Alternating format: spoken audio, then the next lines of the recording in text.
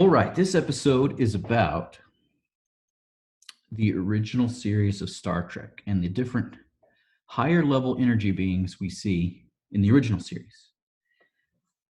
All right, so I'm going to try to go by weakest to strongest, but this is my interpretation, so it's definitely open to debate.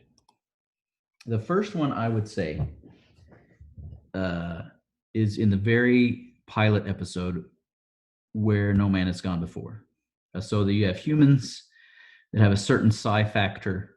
They're affected by an energy storm, and they just begin to grow more and more powerful. So I would actually put these at the bottom level to where you see these energy life forms basically evolving, I suppose. And this kind of happens when V'ger evolves from a kind of a higher level energy being. But that's the motion picture. So yes, so No Man Gods, they are normal humans, but they have a certain psi ability. They get hit by the storm, and then they develop like telekinetic type of powers where they can manipulate objects and things with their mind. Gary Mitchell does this, Susan Daner, Dr. Daner. They find the wreckage of the other ship where that began to happen with one of the crewmen, and the ship was self-destructed to keep him from evolving, I suppose. I mean, I don't know what to do. Just let him evolve, see what happens. But I guess if he's a jerk, maybe he'll be an evolved jerk. We don't know. Then I would call, this is very similar type of story, except Charlie X, right? So you have a guy, he's almost like a teenager. He acts like an adolescent type of teenager. He doesn't act that evolved or grown up, even though he's being played by, looks like a 25-year-old be. I'd have to look up exactly to see how old the actor was, but he acts like a spoiled child. He's beginning to exhibit powers and beginning to be able to do things, but it's like the old Twilight Zone episode, I'm going to wish you away into the cornfield, right? Spoiled brat. If you don't do what I say, I'm going to make you. But then Kirk stands up to him, kind of puts his foot down, becomes a father figure. And at the end, some aliens show up and reclaim him, I suppose, to try to train him in the proper use of his powers. So I would put him slightly above Gary Mitchell in that he exhibits similar types of powers for sure. But instead of like more telekinetic things, he's just kind of making them disappear and they're gone. Like, where'd they go? Or did he kill them? Who knows?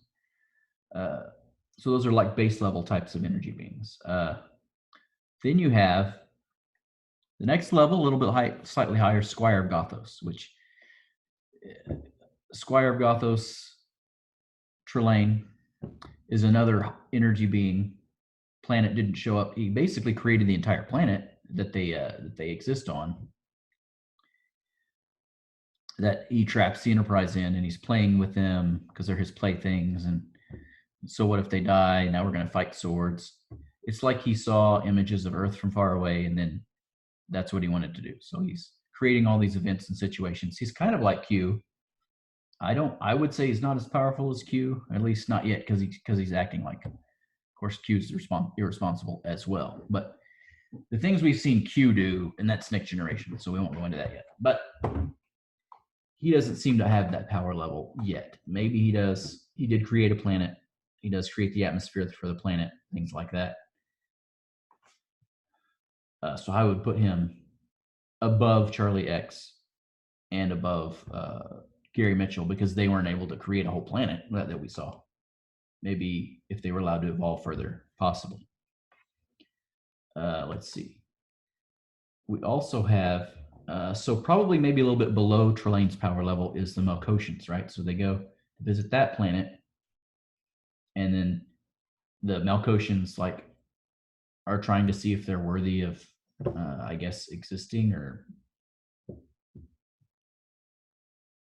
I forgot what they were testing. I'd have to go back and watch the episode to see whether they're worthy of joining Federation or not, possibly. They have the Gorn captain, right, and Captain Kirk, and they just transport them magically to this planet and say, hey, are you guys going to fight this out? And we'll see who wins. But that seems kind of like a barbaric test for such supposedly evolved beings. But again, I'd have to watch the episode to find out exactly what their motivations were. But I would put them. I'm not sure if they created that planet, but they can definitely transmute matter at will because they, just teleported the captains to the surface and said, "Do your stuff." And I'm not even sure if that was the actual surface. It's possibly they manufactured that surface just to fight in, right? Maybe it was for their own enjoyment.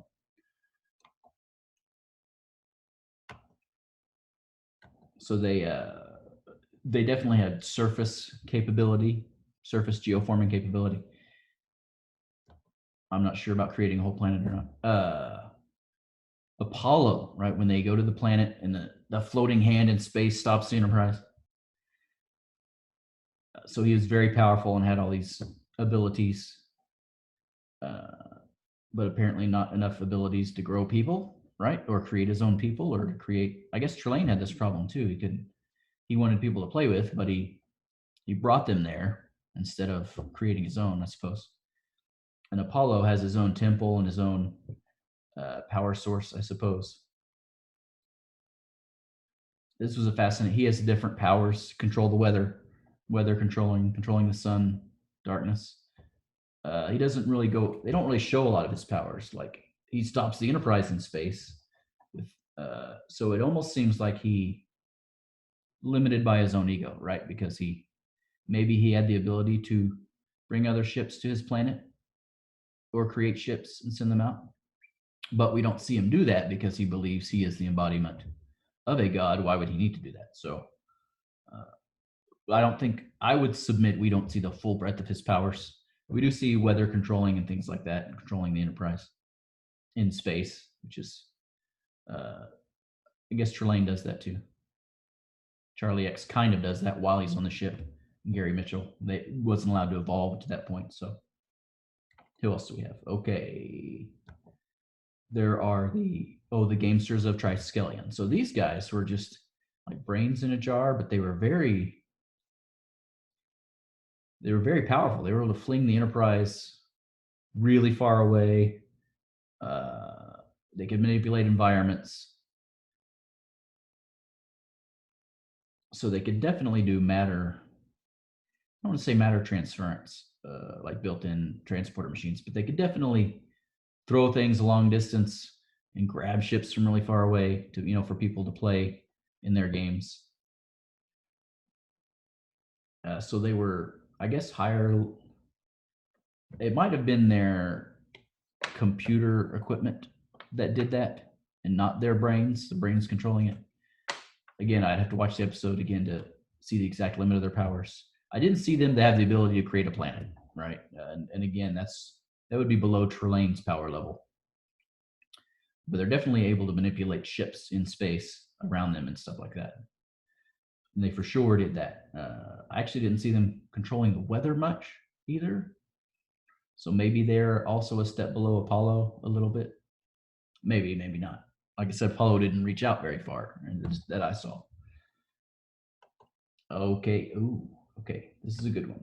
I got 2 left. Oh, 3 left. Methuselah, who's alive a long time, but was able to like wave his hands and shrink the Enterprise and like as a toy, and that was and like stop time on the Enterprise. That's pretty powerful. Like that is something Q would do, or Trelane probably was able to do, and he was just a human that was really old. So, but he was very advanced scientifically. So I'm not sure if that was a machine he used. I mean, he built an android. He had advanced medicine with the cure that he had available.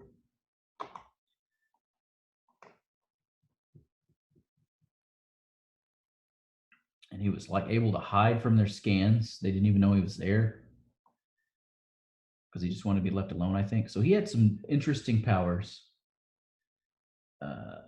that, again, we didn't see the full breadth of to understand if they were machine oriented or not. But he definitely had some interesting powers. So I would put him below Trelane as well. But and near Apollo, maybe he could. We didn't see him control the weather, but he possibly could have. All right, I got 2 more I'm going to go through. Sargon, right? So these are actual energy beings that were trapped in these orbs, but they were kind of limited and they had to have a body. So they were going to create androids to transfer themselves into, but then they were in the Enterprise crew for a while and liked having the emotion that humans have, and then got to liking the emotion and stuff like that instead of their android bodies. So they were mental beings, but they were in shells, and they were, I guess, kind of trapped in their shells. They didn't go venturing from their shells too much. Once they were in the Enterprise crew, then they could affect things. So I would say they were pretty highly limited, those energy beings,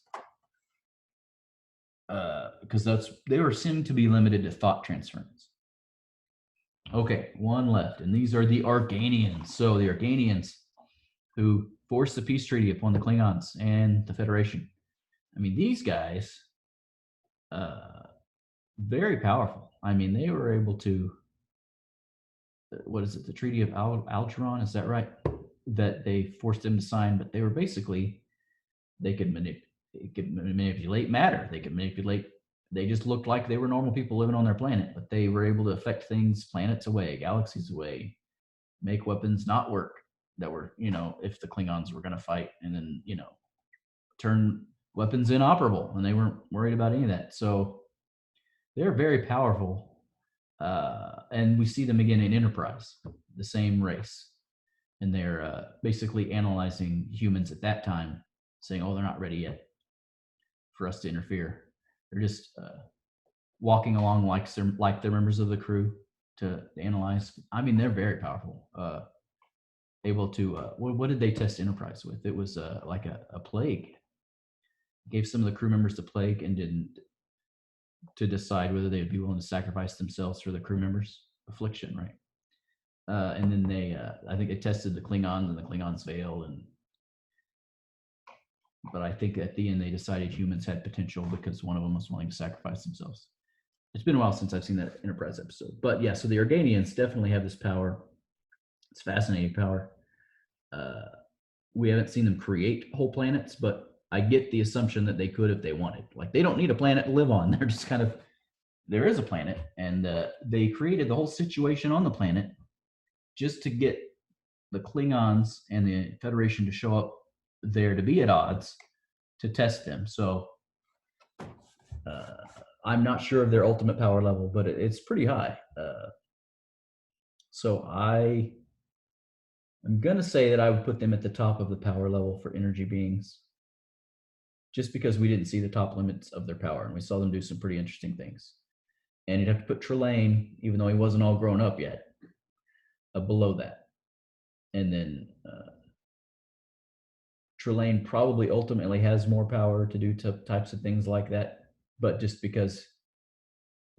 I don't know, because we never saw the Organians use their full use of their power to do what they could do. So that's the original series. I'm going to do another episode on the next generation energy beings that we see, and Voyager and Deep Space Nine. And then, of course, Enterprise too. We're the we see the Organians again. All right. Thank you very much. If you like my content, please like, subscribe.